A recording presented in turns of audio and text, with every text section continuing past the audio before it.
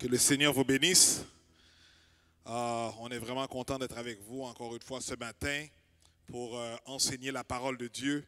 C'est vraiment un privilège pour nous vraiment de servir Dieu et de donner en fait ce que nous croyons est en fait l'outil essentiel à la vie du croyant. C'est l'enseignement de la parole de Dieu. Vous savez, l'une des choses que Jésus-Christ avait enseigné aux disciples, il avait dit premièrement d'aller faire des disciples et par la suite il a dit enseignez-leur, enseignez-leur. Donc c'est très important qu'on soit assidus à l'enseignement de la parole de Dieu parce que c'est l'enseignement de la parole de Dieu qui nous permet de grandir. Nous sommes en fait dans cette série de messages qui s'intitule « Je vivrai ». Et on a parlé en fait de la bonté de Dieu, on a parlé de la foi. On a parlé, en fait, on a vraiment fait l'exégèse concernant le passage biblique qui, en fait, que nous utilisons comme verset thème le plus souvent pour expliquer la foi qui est dans le Hébreu 11. Et on avait dit une chose, et souvent, peut-être que vous vous demandez, comment se fait-il que Ricardo répète? C'est parce qu'en fait, les psychologues vont dire que pour qu'on puisse capter quelque chose, il faut au moins répéter ou bien dire cette chose 7 fois. Et il dit c'est à partir de cette 7e fois que vraiment que ça s'enregistre dans en fait dans notre mémoire. Et on a cette capacité en fait de non seulement qu'elle reste dans la mémoire, mais qu'on puisse maintenant raisonner et la comprendre et être en mesure maintenant qu'elle puisse faire impact dans nos vies. Donc je crois vraiment dans cette répétition, pas parce que on n'a pas beaucoup de choses à dire, mais c'est parce que je crois qu'il y a des choses qui nécessitent qu'on répète. Et c'est de la même manière que je vous encourage, vous également, à répéter des choses que la parole de Dieu dit pour vous, afin que ça puisse vraiment s'enregistrer dans notre mémoire. Vous savez, la parole va nous dire que Dieu est dans cette entreprise de renouveler notre intelligence. Et on peut seulement renouveler cette intelligence-là, la transformer, c'est au travers la parole de Dieu qui vient remplacer les anciennes pensées, les anciennes idéologies, ou bien mode de pensée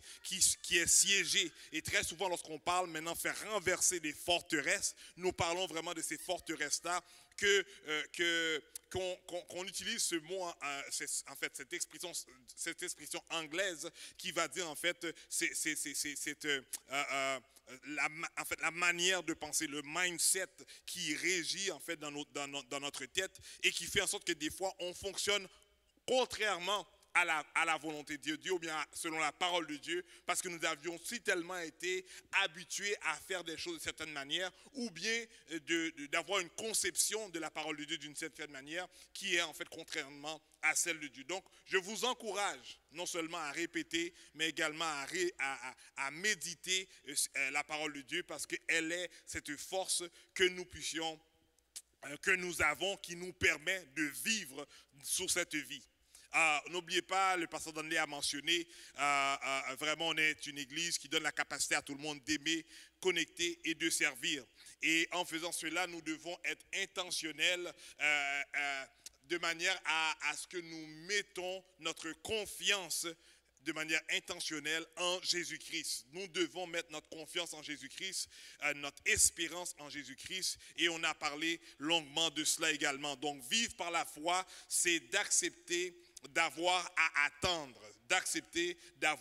attendre le temps de Dieu, la manifestation de Dieu, la transformation de Dieu, tout ce que Dieu fait dans notre vie. Et j'ai lu un texte que j'aimerais partager. En fait, il y a plusieurs textes que j'aurais aimé partager avec vous aujourd'hui. Le premier, en fait, se trouve dans le livre de Jérémie 1, le verset 19. Il dit, en parlant de l'Éternel, en parlant des nations qui venaient contre le peuple d'Israël, ils te combattront, mais ils ne pourront rien faire contre toi, car je suis moi-même avec toi pour te délivrer, déclare l'Éternel. Et j'avais fait une étude concernant les différents noms de Dieu. Et lorsqu'on prend ce mot éternel, c'est ce mot qui avait été révélé à Moïse. Et lorsque Moïse, en fait, lorsque Dieu va dire à Moïse, tu diras au peuple d'Israël que je suis celui qui suis. Quand Moïse a demandé qui dirais-je que tu es, lorsqu'il a dit je suis Yahweh. Donc le mot Yahweh, quand on va le mettre dans le terme français, dans le langage français, ils l'ont interprété par, ou bien traduit plutôt par l'éternel. Et on voit que ce mot éternel également, c'est ce mot en fait que nous utilisons lorsqu'on lit la Bible. On va le voir qu'on va l'utiliser quand que le peuple également va aller combattre. Donc pour symboliser que l'éternel est en fait cette force guerrière, cette force puissante qui vient intervenir dans des situations difficiles. Et ici, Jérémie était en fait allait dans des situations difficiles. Il vivait dans un temps difficile où est-ce qu'il devait maintenant aller dire au peuple d'Israël maintenant de revenir à ses bonnes manières, mais en même temps, on voyait que le peuple était assujetti par d'autres peuples, mais l'Éternel va l'encourager en lui disant qu'ils vont venir se combattre contre toi, ils vont venir te faire la guerre, mais il dit ne t'inquiète pas, Et aujourd'hui, j'aimerais que vous puissiez vous-même vous encourager en vous disant, je ne dois pas m'inquiéter dans le nom de Jésus, car Dieu, de même que Dieu a promis à Jérémie qu'il va être avec lui pour le délivrer, je crois que Dieu également est avec nous pour nous délivrer dans notre situation. Donc, on voit également dans le texte de Jérémie 1, verset 12, il dit également, je veille sur ma parole pour l'exécuter. La semaine passée, je vous avais dit que la parole de Dieu, en fait, que Dieu a plus hâte à exécuter sa parole que nous-mêmes lorsque nous recherchons Dieu pour qu'il puisse l'exécuter. Dieu, et il y a plusieurs passages, j'ai pris un des versets qui parle de cela, mais plusieurs passages que nous pouvons lire, que la Bible va nous faire comprendre que Dieu, lui, il recherche à exécuter sa parole, il recherche à manifester sa parole, il recherche à concrétiser ce qu'il dit. Et c'est pour cela que nous avons, en fait, cette obligation, ce n'est pas une option, cette obligation à vivre par la parole de Dieu. Dis à ton voisin, je dois vivre par la parole de Dieu. Vous savez, si tu ne vis pas par la parole de Dieu, tu ne peux pas déclarer la parole que nous avons mentionnée comme thème, je vivrai. On doit apprendre à vivre par la parole de Dieu. Et on ne peut pas vivre par la parole si on n'est pas assidu, si on ne va pas étudier, si on ne va pas méditer, si on ne va pas lire la parole de Dieu, être dans la parole de Dieu, afin que nous puissions non seulement marcher par cette parole, mais savoir qu'est-ce que cette parole dit pour moi. Vous savez, le livre Ésaïe 46, le verset 11 va dire, car ce que je dis, je le ferai arriver. L'Éternel dit, ce que je dis, je le ferai arriver. Et c'est ça que je dis qu'il est très important de rester agrippé par la parole de Dieu. Ça peut être une parole lue, ça peut être une parole dite, ça peut être une parole révélée, ça peut être une parole qui est mentionnée dans un songe ou quoi que ce soit. Mais lorsque tu as une conviction que Dieu te dit quelque chose, il est très important que tu t'agrippes dans cette parole-là et tu t'attends aussi longtemps qu'elle n'arrive pas. Tu crois qu'elle va arriver quand même parce que Dieu cherche à exécuter sa parole. Vous savez, la parole de Dieu n'est pas seulement une lettre noire sur blanc, mais en fait, cette parole, elle est aussi vivante. Vous savez, Dieu veille sur sa parole pour l'accomplir. Toutes choses nous sont possibles parce que nous osons agir par la parole de Dieu. C'est parce qu'on croit, lorsque nous lisons cette parole, on croit que cette parole, elle est vraie. Donc, on est prêt, un peu comme l'expression va se dire, on est prêt à mettre notre main dans le feu pour dire que oui, si mon Dieu l'a dit, nous croyons que cela va arriver. Vous savez, la parole de Dieu, la parole de Dieu, en fait, doit nous parler comme si Jésus lui-même nous parlait il y avait 2000 ans de cela. Vous savez, elle possède la même autorité que lui, s'il était présent au milieu de nous aujourd'hui ou bien dans ta vie et qu'il adressait directement cette parole. Vous savez, aussi, lorsque nous utilisons un verset pour nous fortifier, pour être guéris ou bien pour nous encourager, pour nous consoler ou bien pour comprendre quoi que ce soit, donc nous devons comprendre ceci, que les mots lus ou dits à haute voix ont la même capacité que ceux que prononçait par Jésus. Donc on doit croire que si on croit que dans le livre de Jean, la parole nous enseigne qu'au commencement était la parole était avec Dieu et que la parole était Dieu, la parole a été faite chair, elle est venue habiter parmi nous. On voit tout comment que Jean va expliquer en fait qui était Dieu, donc que Jésus-Christ était dès le commencement, etc. Donc il va référer que Jésus-Christ est Dieu, que Jésus-Christ est cette parole qui est vivante en nous. Donc on doit croire que lorsque nous lisons cette parole-là, c'est comme si que Jésus lui-même est en train de la dire. C'est pour ça que nous croyons dans l'efficacité de Dieu, nous croyons dans l'efficacité de la parole de Jésus. Donc lorsque nous lisons la Bible, on doit avoir cette assurance que je suis en train de répéter ce que Jésus-Christ a dit et ce que je répète a la même efficacité que lorsque Jésus lui-même l'avait mentionné. Parce que je ne parle pas de par moi-même, mais je parle au travers la parole que Jésus-Christ lui-même a dit. Donc, je parle au travers Jésus lui-même.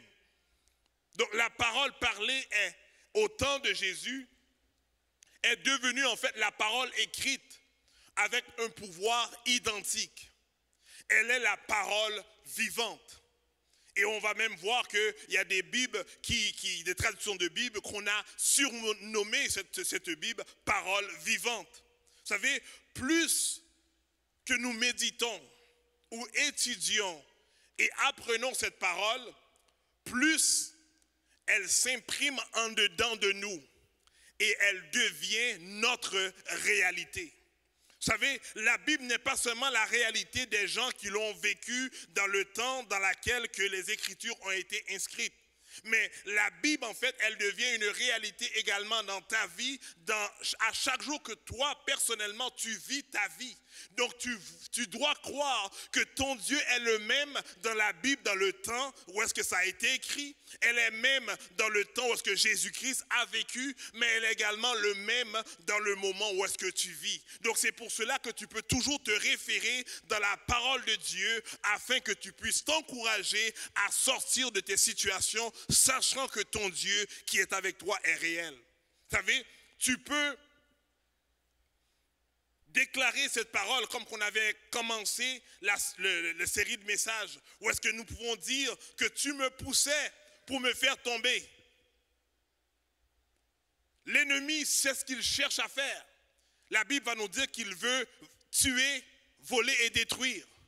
Il cherche à tout moment de t'attaquer, de te dévier, de te rendre triste, de te faire vivre dans des situations décourageantes, dans le but que toi-même, tu puisses même arriver à te décourager par rapport à ta vie ou bien par rapport à l'espérance que tu devrais avoir en Christ. Il va maintenant jouer en sorte que l'attente que tu avais, la patience que tu avais pour attendre la réalisation de Christ et de la manifestation de pouvoir de Christ par rapport à ce que tu t'attendais, il veut en fait te faire en sorte que tu puisses maintenant perdre cette patience, que tu puisses maintenant arrêter d'attendre et de tout simplement de te dire que le sort est tout à fait normal, je vais mourir tel quel. Mais la parole de Dieu t'encourage à ne pas penser de cette manière-là, mais toujours penser que la volonté de Dieu, dans sa souveraineté, est en fait la réponse finale par rapport à ce que tu traverses. Donc si tu dois maintenant mener ta vie comme que Dieu te demande que tu mènes ta vie, si tu es en mesure pour déclarer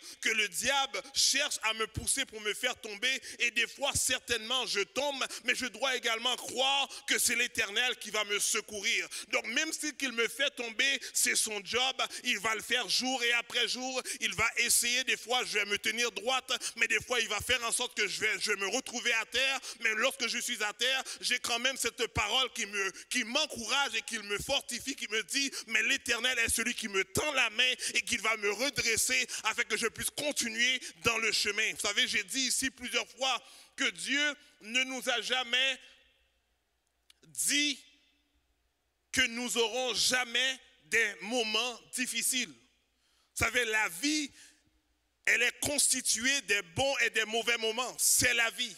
La vie est constituée des situations où est-ce que je vois que je réussis et à un autre moment, je vois que comme si que tout va mal, que rien n'avance. Ça, c'est la vie.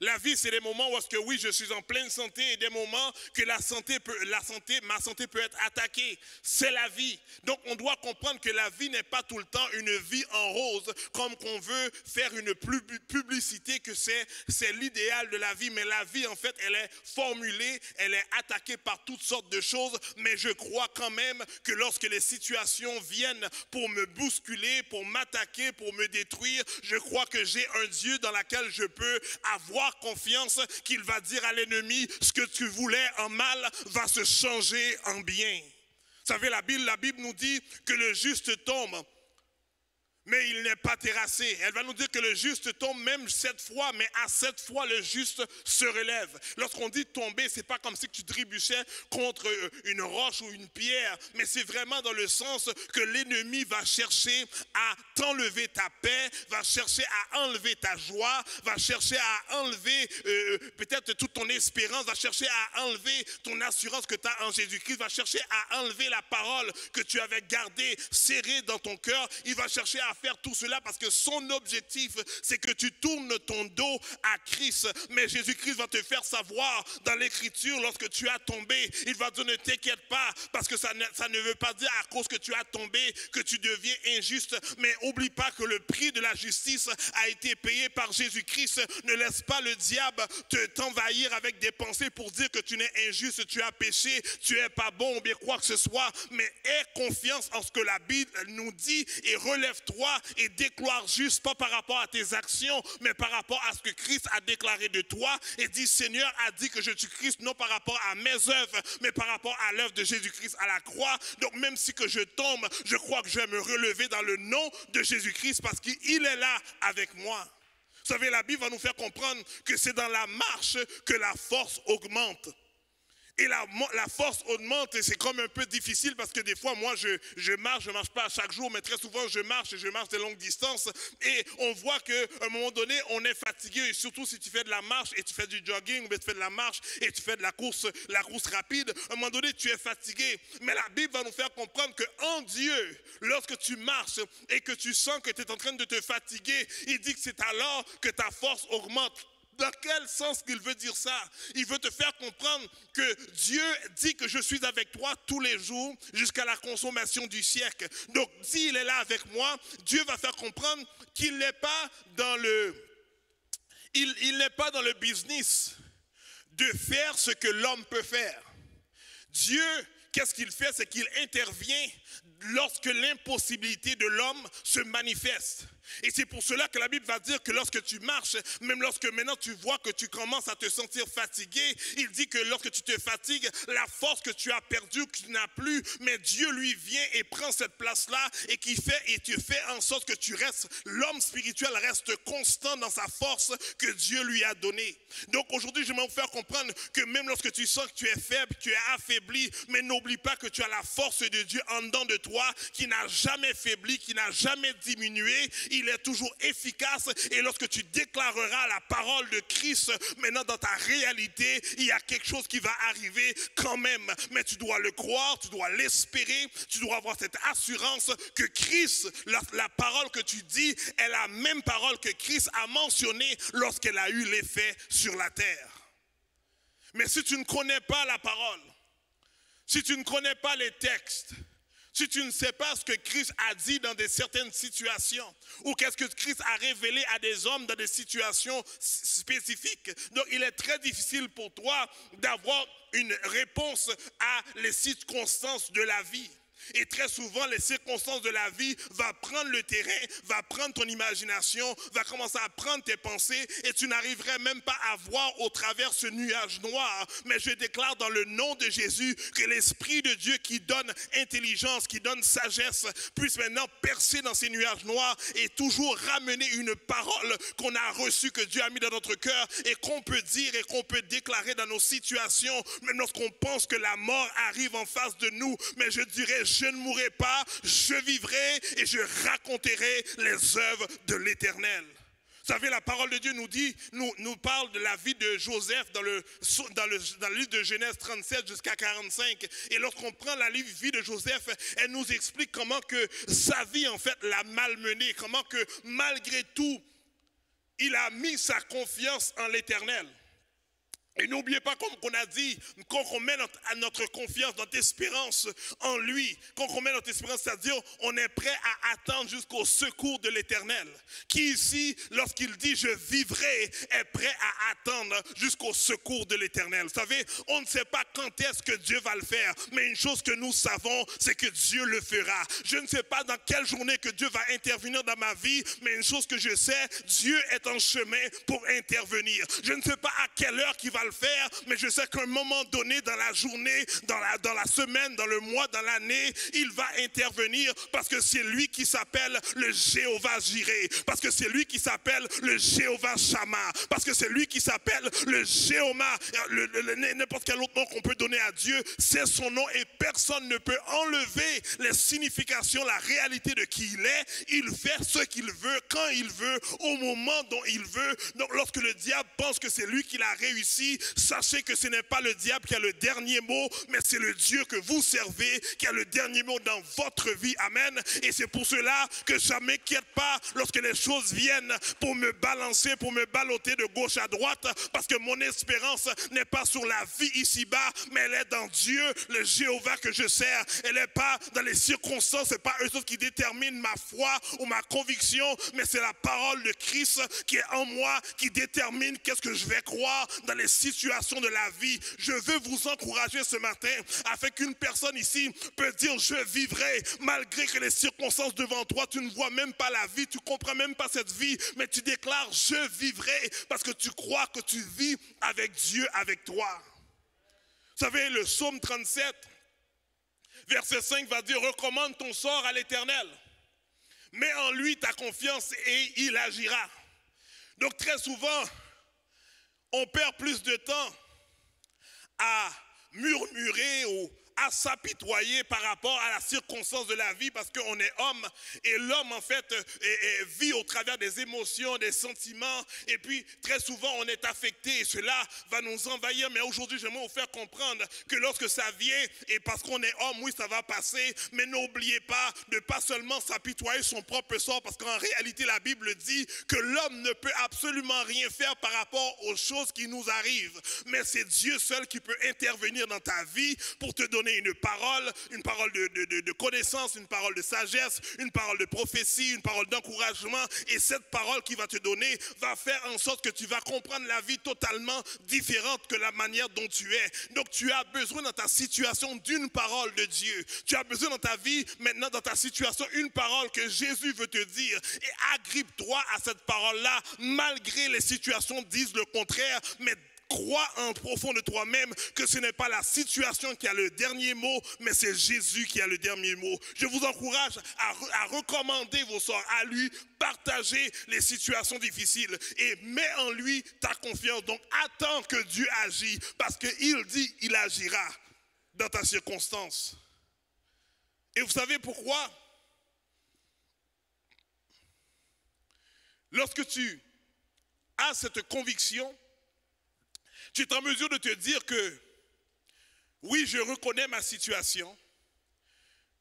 Oui, je reconnais que je vis un moment triste. Je vis un moment peut-être très flou parce que je ne vois pas ma délivrance. Je ne vois pas le changement. Je ne vois pas de transformation.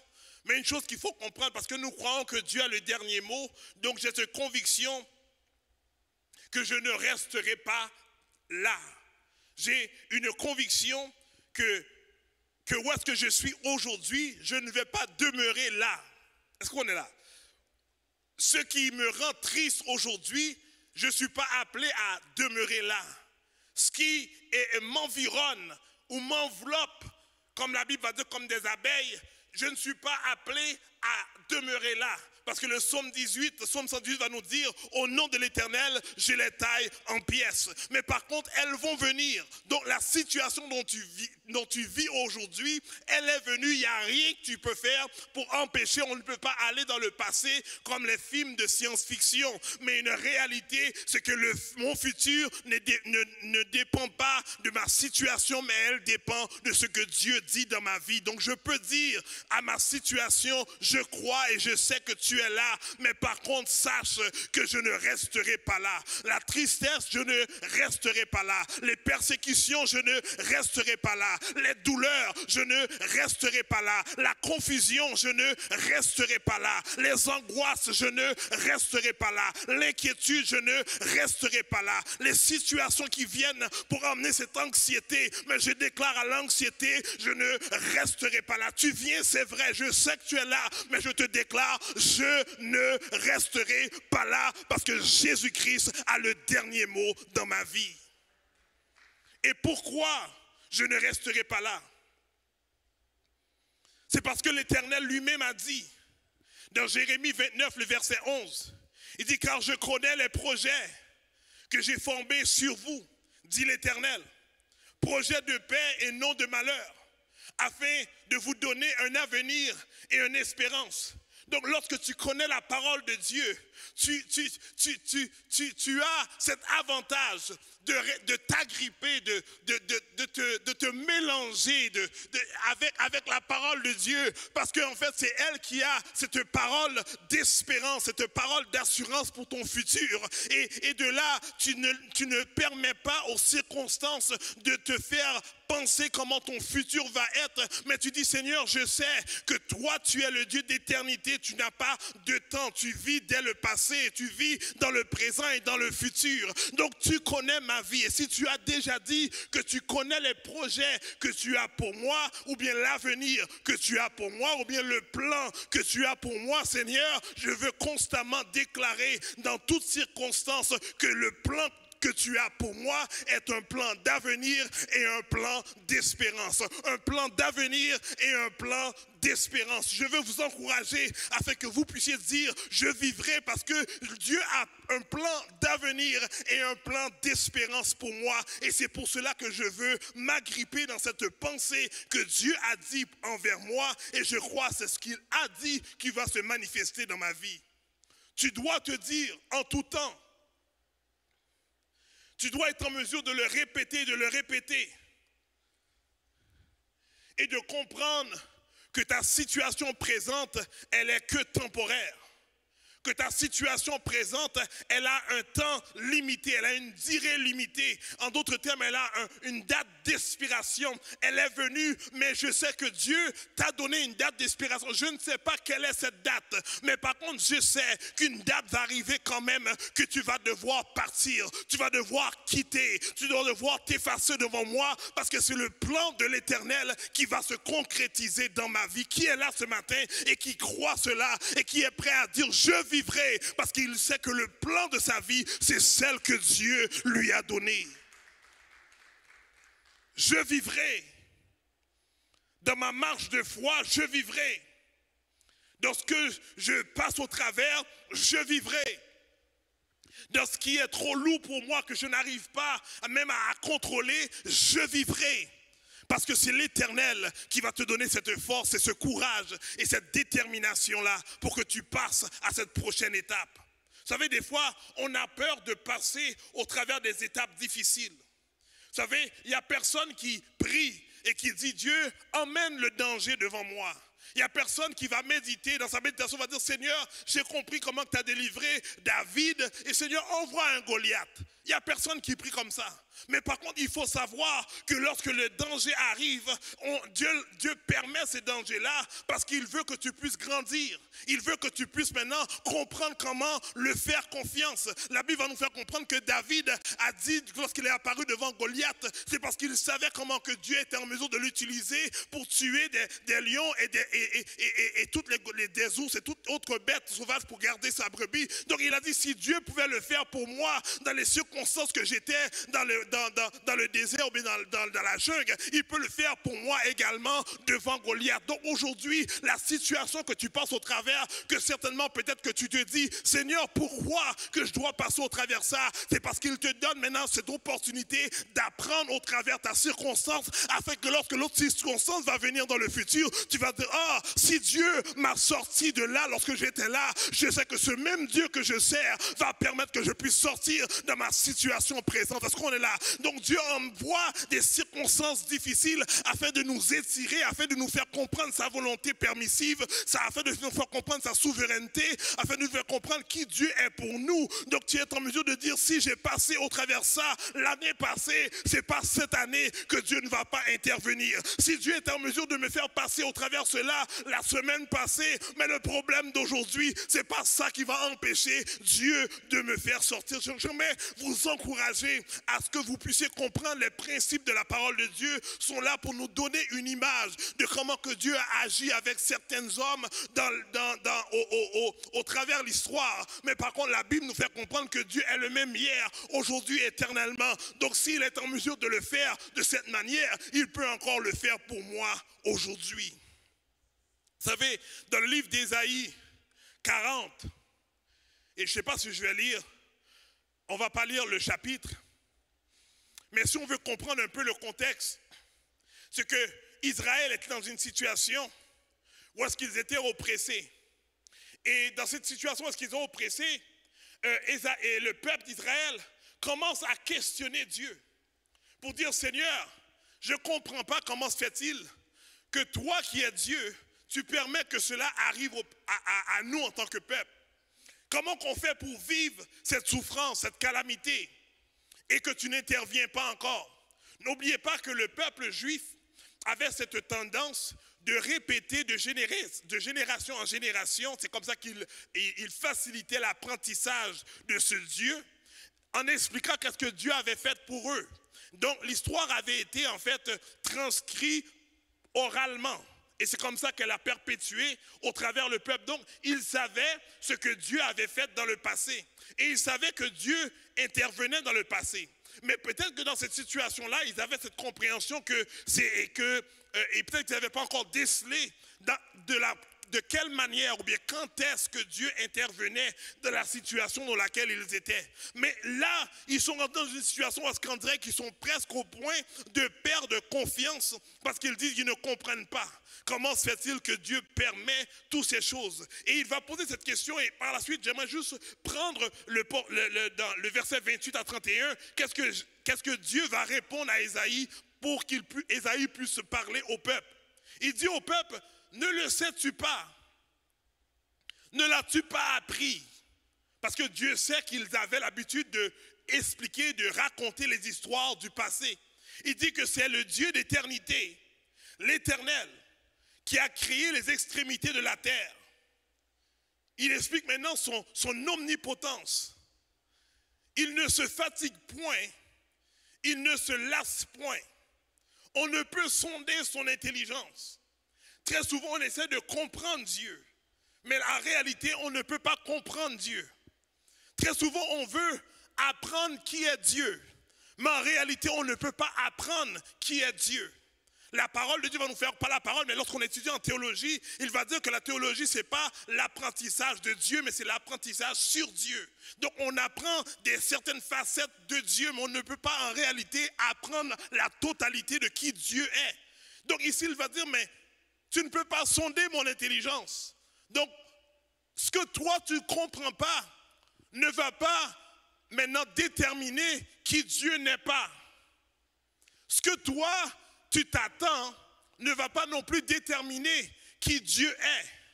En réalité, c'est la parole de Dieu qui dit qui Dieu est. Donc, il dit qui il est lorsqu'il veut dire qui il est. Tu ne peux pas sonder son intelligence. C'est pour cela que la Bible va nous dire que tes pensées ne sont pas les pensées de Dieu. Donc, on ne peut pas comprendre Dieu, mais on peut comprendre sur Dieu. Et il dit dans le verset 29, c'est lui qui donne la force à celui qui est fatigué. Et il augmente la vigueur de celui qui tombe en défaillance. On voit ici des contrastes. Comment tu peux être en défaillance et que tu as de la figure? C'est comme c'est des choses qui ne sont même pas, en fait, ils sont pas, c'est pas une normalité humaine. Mais il faut comprendre que Dieu parle maintenant à un peuple spirituel et dont nous sommes aujourd'hui, cette nouvelle créature spirituelle. Donc ce que tu comprends de l'être humain, maintenant tu ne peux pas le mettre pour définir comment que Dieu va t'utiliser dans la situation dans laquelle tu es. Tu dois te voir maintenant en tant que cette créature que Dieu a créée, cet être spirituel, lorsqu'il dit que lorsque je fais de toi cette nouvelle créature, donc sachant que je suis cette nouvelle créature spirituelle, donc cette créature spirituelle-là, en vérité, lorsque tu penses qu'elle n'a pas de force, la Bible dit c'est maintenant que la force va se manifester. Lorsque tu penses que tu es abasourdi, mais elle dit c'est en ce moment-là que la vigueur du Saint-Esprit va agir en dedans de toi. Et dans le verset 30, il dit les adolescents se fatiguent et se lassent, les jeunes hommes chancellent. Mais dans le 31, il dit mais ceux qui se confient en l'Éternel renouvellent leur force. Ici, il faut comprendre une chose. Lorsque tu vois que tu n'as plus de force, c'est le moment que tu dois rechercher encore plus Dieu. Parce que c'est la force spirituelle qui va maintenant dicter la force réelle que tu as. Et cette force spirituelle, tu ne peux pas la chercher parce que tu vas au gym et faire la musculation pour courir, avoir une pleine forme physique. C'est pas cette force qu'on parle, parce que cette force, elle a une limite. Mais la force spirituelle que Dieu a mis en toi, elle est illimitée parce que Dieu est illimité. Et cette force spirituelle qui est en toi, c'est Dieu lui-même, l'Esprit, qui vient agir à l'intérieur de l'être spirituel et qui est en mesure de faire au-delà de ce que nous pensons ou imaginons.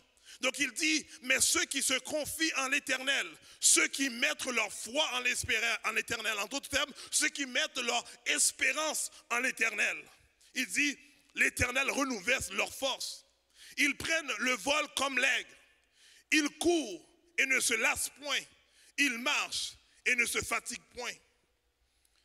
J'aimerais pour terminer vous donner 3 conseils.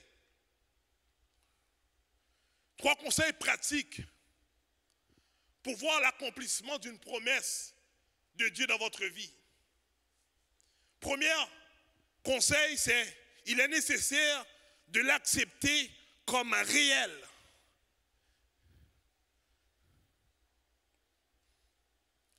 Et devant s'accomplir un jour.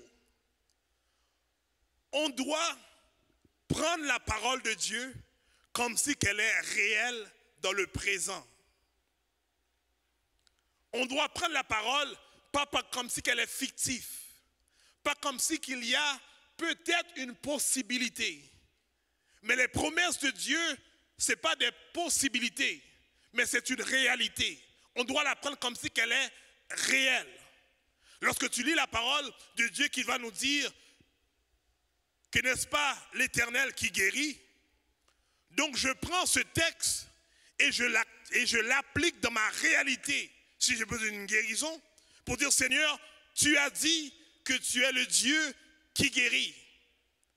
Donc Seigneur, viens me guérir. On doit prendre les promesses de Dieu, l'accepter comme si qu'elle était réelle, pas comme si qu'elle s'en venait, mais c'est comme si qu'elle est déjà venue.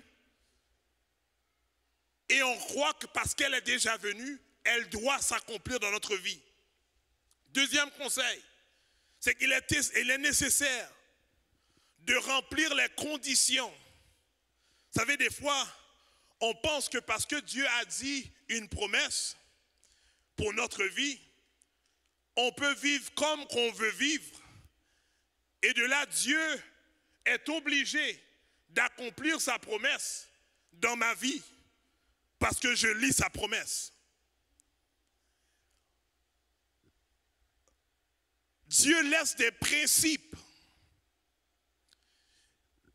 Il demande aux croyants, à cette nouvelle créature, de fonctionner d'une certaine manière. Il va dire que je ne veux pas que vous marchiez selon la chair. Mais il dit, je désire que vous marchiez selon l'esprit. Donc, cette nouvelle créature spirituelle, elle doit suivre les conditions dont l'être spirituel doit vivre afin d'être en mesure de se procurer toutes les choses spirituelles. Une personne qui est croyant, mais décide de vivre en dehors des principes de Dieu, donc décide de vivre premièrement dans la jalousie, ou bien veut vivre dans la méchanceté, ou bien veut vivre dans l'injustice, ou bien veut vivre en tant que menteur, ou bien veut vivre en tant que voleur, ou bien etc., ou bien celui qui va faire parler dans le dos des autres, celui qui veut le rabaisser. Ce n'est pas des caractéristiques de l'être spirituel, parce que Dieu nous demande de marcher selon l'esprit. Et dans le livre de Galates, il va expliquer c'est quoi marcher selon l'esprit. Donc si nous ne marchons pas selon l'esprit, comment qu'on peut, nous, lorsque nous vivons nos situations difficiles, dire Seigneur, tu as promis à l'être spirituel que tu allais intervenir dans ton temps. Mais Dieu va te répondre, mais j'ai demandé également à l'être spirituel de fonctionner d'une certaine manière. Est-ce qu'on est là?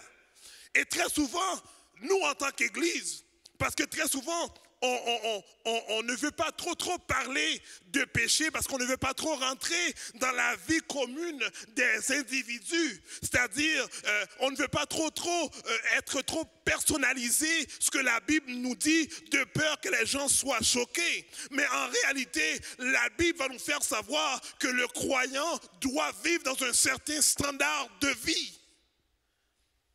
Et c'est pour ça que moi je dis toujours, ce n'est pas tout le monde qui dit que je suis croyant, qu'en réalité il est croyant. On dirait que le mot chrétien, celui qui vit comme Christ, on dirait n'a plus cette signification. Vous savez, dans l'époque, lorsqu'ils ont appelé les croyants des chrétiens ou les disciples des chrétiens, c'est parce qu'ils voyaient en eux la reproduction, ou bien le réplicat de Christ en ces personnes-là. Mais aujourd'hui, on dirait qu'on appelle des chrétiens parce que la personne se dit chrétien. Mais la réalité, c'est que la Bible va nous dire qui est des chrétiens ou qui sont des chrétiens. Elle va s'attendre à ce que le chrétien puisse fonctionner d'une certaine manière et de vivre d'une certaine manière. Est-ce qu'on est là jusqu'à présent? Et la Bible va nous faire comprendre, c'est lorsque tu es en mesure de marcher selon les principes de la parole de Dieu, c'est à ce moment-là que tu es en mesure de dire à Dieu, Seigneur, tu avais dit, donc fais-le pour moi. On va voir que les hommes de Dieu qui vivaient dans la Bible, parce qu'ils savaient qu'ils étaient justes, qu'ils marchaient droit, ils allaient devant Dieu et disaient, Seigneur, tu me connais. Tu as vu que j'ai été intègre. Tu as vu que j'ai marché droit devant tes voies. Donc comment se fait-il que je ne vois pas la manifestation de ta promesse? Mais comment une personne qui ment tout le temps, une personne qui vit dans la convoitise, une personne qui vit dans la fornication, une personne qui vit maintenant en train de mentir ou bien faire plein d'affaires malhonnêtes, va venir devant Dieu et dire, Seigneur, je suis croyant, je veux que tu interviennes dans ma vie. La Bible va dire que plus que tu m'aimes, je te délivrerai.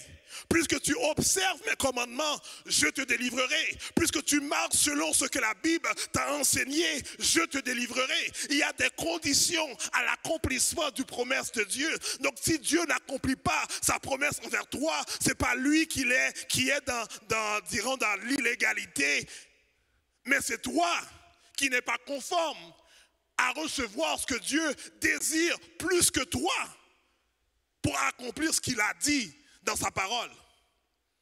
Et troisième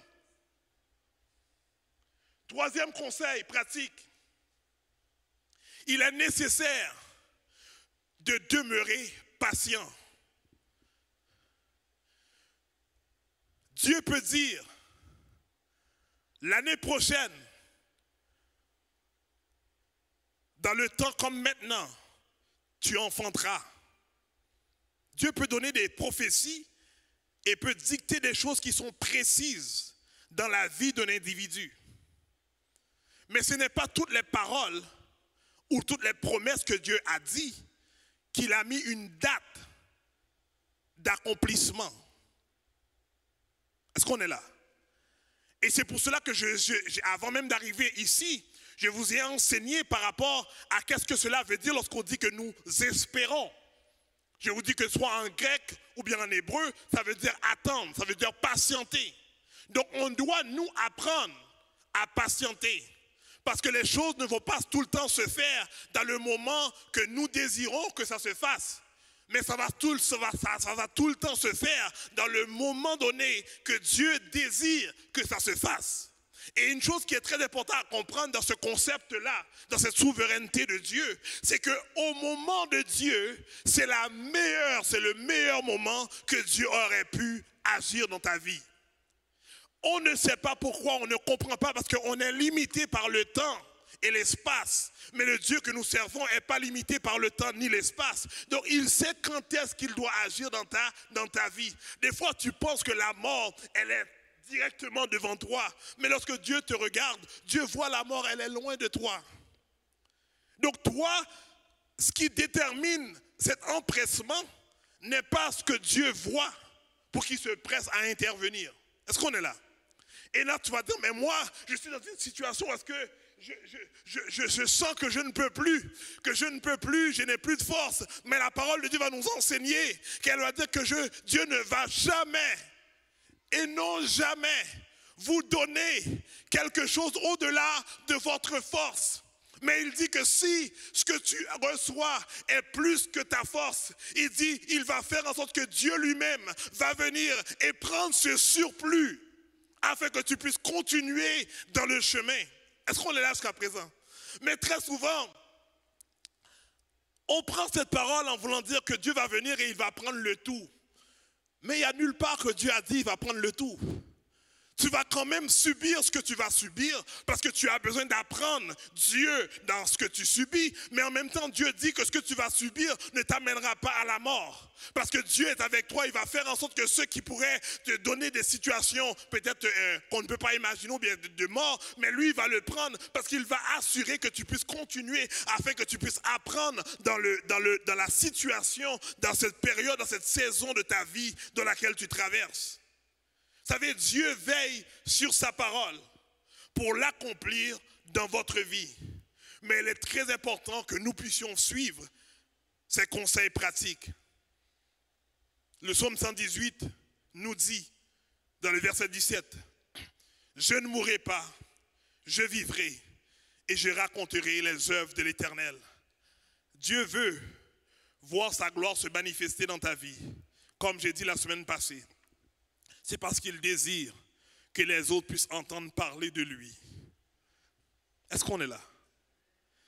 Donc ma vie doit être un sujet de louange, de glorification de mon Dieu.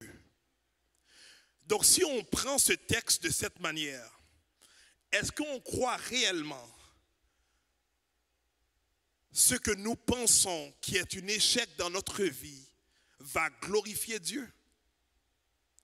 Si nous sommes des croyants, des disciples de Dieu, et nous croyons dans ce que la parole de Dieu va me dire, on doit savoir qu'à un moment donné, quand même, dans ma vie, la gloire de Dieu doit se manifester. Parce que le désir de Dieu, c'est que les autres autour de nous puissent voir la gloire de Dieu dans notre vie. Et c'est pour cela qu'il te permet de dire que tu ne mourrais pas, mais que tu vivras et tu raconterais les œuvres de l'Éternel. Je ne mourrai pas, je vivrai et je raconterai les œuvres de l'Éternel. Parce que je crois que mon Dieu qui est avec moi est plus fort que les circonstances devant moi. Je crois que mon Dieu qui est avec moi est plus grand que le problème qui est grand devant moi. Je crois que le Dieu qui est avec moi est plus énorme que les circonstances de la vie. Et c'est pour cela que mon assurance est en lui. Et mon espérance est en lui. Parce que je crois qu'il est en contrôle. Et c'est lui qui va permettre que je puisse vivre ma vie. Et que ses œuvres puissent être racontées. Et que des milliers puissent venir à la conversion. Parce que Dieu a fait quelque chose dans ma vie. Afin que les autres puissent venir vers lui. Et reconnaître qu'il est Dieu. Dieu veut nous utiliser pour que nous puissions être ses témoins. Et les disciples étaient des témoins de Christ. Parce qu'on voyait la gloire de Dieu dans leur vie. Et c'est de même que Dieu veut faire en sorte que sa gloire puisse être dans ta vie, afin que tu puisses être un témoignage à ton prochain. Et c'est pour cela que nous pouvons déclarer « Je vivrai » avec une assurance et avec une espérance. Parce que nous croyons que Dieu désire cela pour sa gloire et l'avancement de son royaume. Pendant que je vous demande de vous tenir debout,